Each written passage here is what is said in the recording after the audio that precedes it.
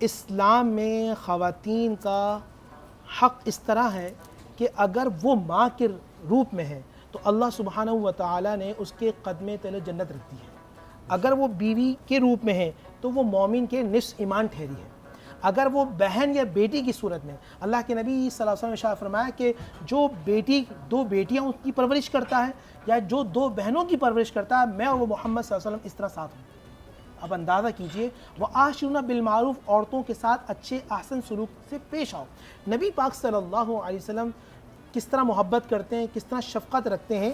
ایک شخص نے آ کے واقعہ بیان کیا، یا رسول اللہ صلی اللہ علیہ وسلم میری بیٹیاں تھیں، یک کے بعد دیگرے بیٹیاں پیدا ہوتی رہیں اور میں ان کو اپنے ہاتھوں سے دفن کرتا رہا. حضور نے فرمایا یا رسول اللہ جانتے ہیں آپ، آخری جو میری بیٹی تھی مجھے اس سے تھوڑی سی محبت ہو گئی، تو میں 3-4 سال کی تھی. تو جب میں گڈھا کھود رہا تھا تو میرے کپڑوں پہ جو مٹی آتی تھی نا، رسول اللہ وہ اپنے ننھے ہاتھوں سے اس مٹی کو صاف کرتی تھی. اور جب وہ میں نے اس کو دفنایا نا تو اس کی جو میری انگلی تھی اس کے ہاتھ میں تھی. آپ پتہ کو نبی اسلام اشک بارتے حضور کی داڑھی مبارک سے آنسو تر ہو کے زمین میں گر رہے تھے. معاشرے نے عورتوں کو ہمیشہ دبایا ہے، میرے مصطفیٰ کریم صلی اللہ علیہ وسلم نے ہمیشہ عزت دی. بے شک بیٹیوں، آج بھی بیٹیاں پیدا ہو جائیں تو لوگوں کے چہرے بگڑ جاتے ہیں. قربان جائیے، مصطفیٰ کریم صلی اللہ علیہ وسلم 2 عظیم ہستیوں کو دیکھ کے کھڑے ہو جاتے ہیں. تاریخ میں ہے، ایک فاطمہ بنت محمد صلی اللہ علیہ وسلم جو رسول اللہ صلی اللہ علیہ وسلم کی بیٹی تھیں، اور ایک فاطمہ بنت اسد رضی اللہ تعالیٰ عنہ جو جناب سیدنا علی حیدر کرار کی والدہ اور نبی علیہ السلام کی والدہ ماجدہ، اس طرح کی رسول اللہ کی پرورش فاطمہ بنت اسد نے کی ہے. آپ جانتے ہیں، شاید ناظرین کے حوالے سے بھی بڑی عجیب بات ہو کہ ہم نے ہمیشہ دائی حلیمہ کا تذکرہ سنا ہے نا. دائی حلیمہ، رسول اللہ صلی اللہ علیہ وسلم کی پرورش کس نے کی؟ دائی حلیمہ. لیکن شاید یہ لوگوں کی نظر سے اوجھل ہے کہ نبی اسلام کی والدہ ماجدہ کا انتقال ہوا 6 سال کی عمر، حضور کی عمر 6 سال تھی.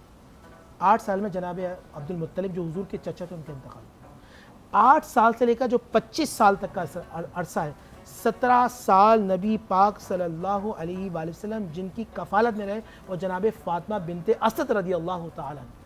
تو اسلام میں شروع سے عورتوں کے حقوق کے حوالے سے بات کی گئی. کہیں ناری کہا گیا، کہیں وہ فور مین کہا گیا. اولڈ ٹیسٹمنٹ کے اندر پڑھیں آپ، جینیسس فرسٹ چیپٹر جو ہے جینیسس کے اندر دیکھیں کہ آج بھی عورتوں کو جو تکلیف ہوتی ہے وہ اس وجہ سے ہوتی ہے. اسلام وہ ہے. اور دیکھیں پورے قرآن مجید فرقان حمید میں سورۃ الرجال کہیں نہیں ہے، سورۃ النساء موجود ہے.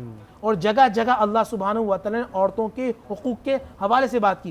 بڑی پیاری بات کی تھی. خاتون سے پوچھا گیا آپ یہ بتائیں کہ اسلام میں آزادی کیسی ہے؟ تو جواب یہ دیا تھا کہ جتنی آزادی اسلام نے دینی تھی وہ دیتی، باقی بگڑتی ہے.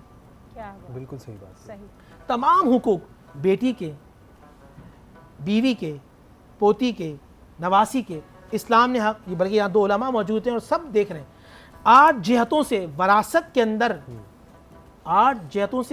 کے اندر جو حق ملتا ہے وہ عورت کو ملتا ہے، اور صرف 4 جہتوں سے مرد کو حق ملتا ہے. اسلام پورا کا پورا ڈیفائن کر رہا ہوتا ہے عورتوں کے حقوق کے حوالے سے. اور آخری بات، حضور نے فرمایا اللہ کے بندیوں کے حوالے سے ڈرو جو تمہارے گھروں میں موجود ہیں.